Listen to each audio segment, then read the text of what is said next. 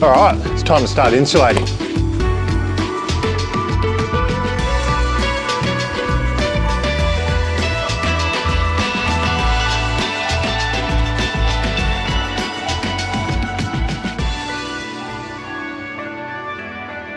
But first up, what insulation are you going to use? What R rating or what is an R rating? What sort of insulation? What material? Before doing this, I had all those same questions. I had no idea what I was looking at. I figured that the higher the R rating, the better the insulation, which is true to a degree, but the more I read up on this, the more I found that where you live actually sort of dictates what R level you should be using or can be using. I was originally going to be getting a 5 or a 6, maybe even a 7, but that was just going to be spending money where I wasn't actually going to see the results in this house because I'm in Queensland. And I'll put up a graph for you and a link to this website, which is where I found what R rating is suitable for what states. So if you're down south where it's a lot colder, it seems like they are utilizing a 3 to a 7, whereas here in Brisbane, we're only using a 3 to a 4.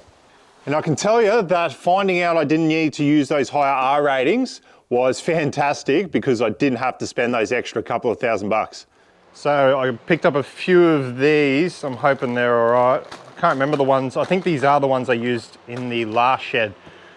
And I got some respirators, ones that are made for insulation. Let's go.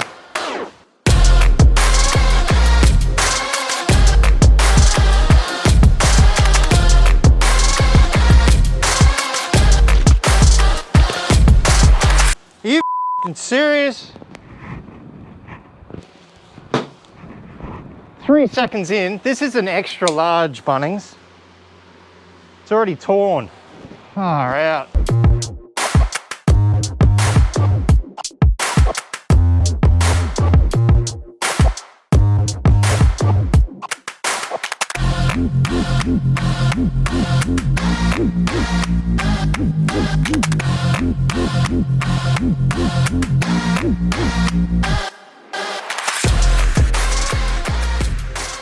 Here's 2 bags that I used.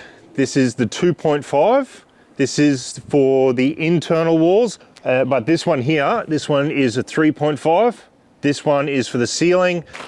And why'd we go the pink bats and not the earth wool? Absolutely everyone was saying to go the earth wool and I wanted to use it. I used it in the shed in the last house and it definitely wasn't as itchy as the pink bats or the old school insulation, but it basically came down to price. The pink bats were $2,600 delivered and the earth wool was going to cost us about $4,100. I think that was about, what was it, $1,500 difference, pretty much for the same exact thing. It's just a little bit less itchy if you're getting up there, but I guess at the end of the day, we're not really going to get up there that often and we're trying to save a bit of money. So I guess if price isn't a factor for the insulation, then I would definitely go the earth wool. If it's a smaller area, as I said, I did the shed and it worked out quite nice. It was probably only $50 difference, but over such a large area, it really starts to add up and I didn't see the benefits of spending another $1,500.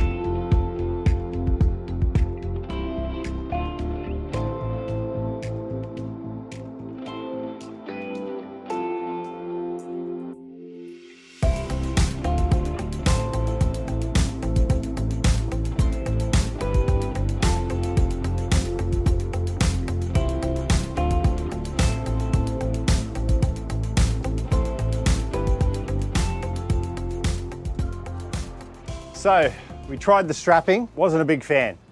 It was just going to take too much time and the battens sort of sagged a fair bit.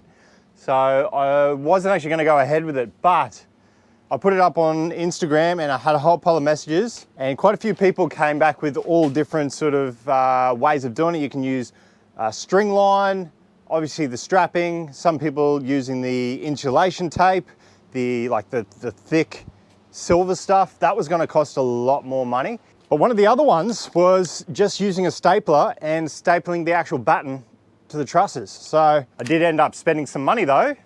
Bought the M12 one, as I figured I'm not going to go through and do every one of these battens with a normal stapler. And I've been wanting to get one of these for a while. It works. And this was the result. So it's sitting up there a lot better. As you can see, it's not sitting underneath the truss, which was just going to get away of the plasterers. So I can actually get rid of this strapping now and then smash it out. I did put probably 8, probably 4 on each side, but realistically I think this is going to be the quickest and easiest way of doing it. If you are looking at stapling your insulation into your ceiling, I do highly recommend that you isolate all the power, so switch off all the power at the board, as there is a chance that you may staple into a cable and cause damage or risk of injury. And this is something we will cover further down the track in some later on videos, as we did actually hit some problems. I would also recommend getting an electrician to test the cabling before energizing, just in case you did hit any of them with the stapler. So what sizing do you choose for your home? There's quite a few different ones, and that's made extremely easy on pretty much every website I went on to. They all have calculators to figure out the square meterage, whether that's the walls or the ceiling. And you just go through and choose exactly what you want. So these ones are for the wall. They're 90 mil thick, 430 mil wide, and 1160 high. So obviously the 430 wide fits in between your studs, or your normal studs, which are around the 450 wide. And then depending on your ceiling trusses, mine were roughly about 580 wide. So that's why I went the 580. I think there's another one that's 630 or something? I can't remember. And then obviously the 90 mil thickness is how thick your studs are. So this was actually for the outside wall, sorry. I think I might have got that mistaken.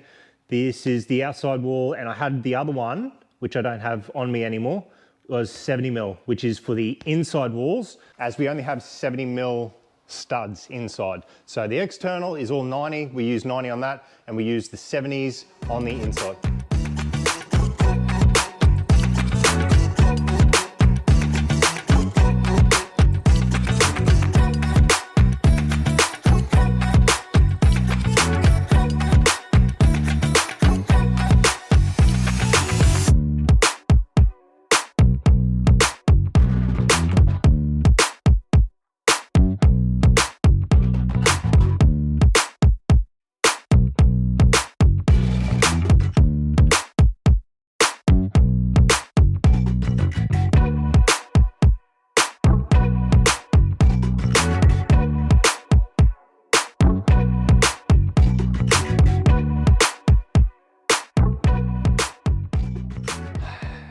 It is a fantastic bloody day. So just had the engineer out to do the frame inspection so we can get the form done to pretty much go ahead and start plastering. He was all happy, had a couple of things, pretty much just strapping the new rafters for the new roof out here to the top plate of these, because these are all tied down with the rods. We've got rods and on obviously the steel beam there. So I have got to drill through the top of this steel beam and then put some 75 mil screws through them into each rafter. But realistically, that's pretty damn good. That's all he could pick up. And that was definitely something I was supposed to do, but we missed. Throw a couple of tie downs all through there. And then I'll pretty much finish insulating through here. Got to get the gutter and the flashing done. That's in the works. Then plaster. So once this gyprock goes on, I'm going to be just over the moon. It's going to transform this house into what just feels like a non-stop construction site to something that's actually moving along. Like right now, it's actually pretty good with the insulation. You can sort of feel the change, but this is what I've been waiting for. Also had a quick word with the plasterers, and they recommended that I sand back all the paint from these bricks so that the glue will adhere to both sides. So I spent a bit of time doing that and we're ready to go.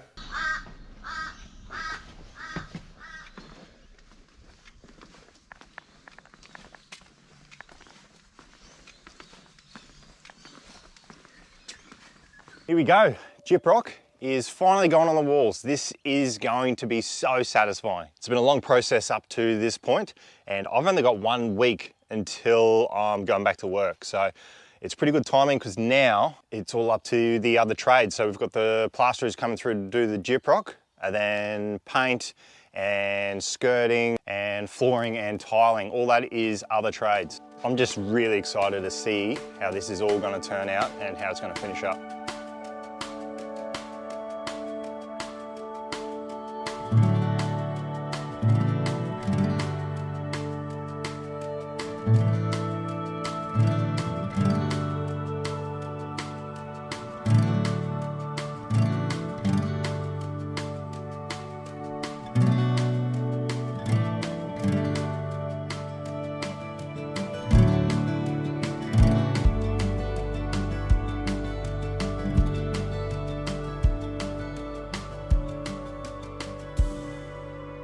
So what are you guys thinking? Well worth doing it yourself for $2,600?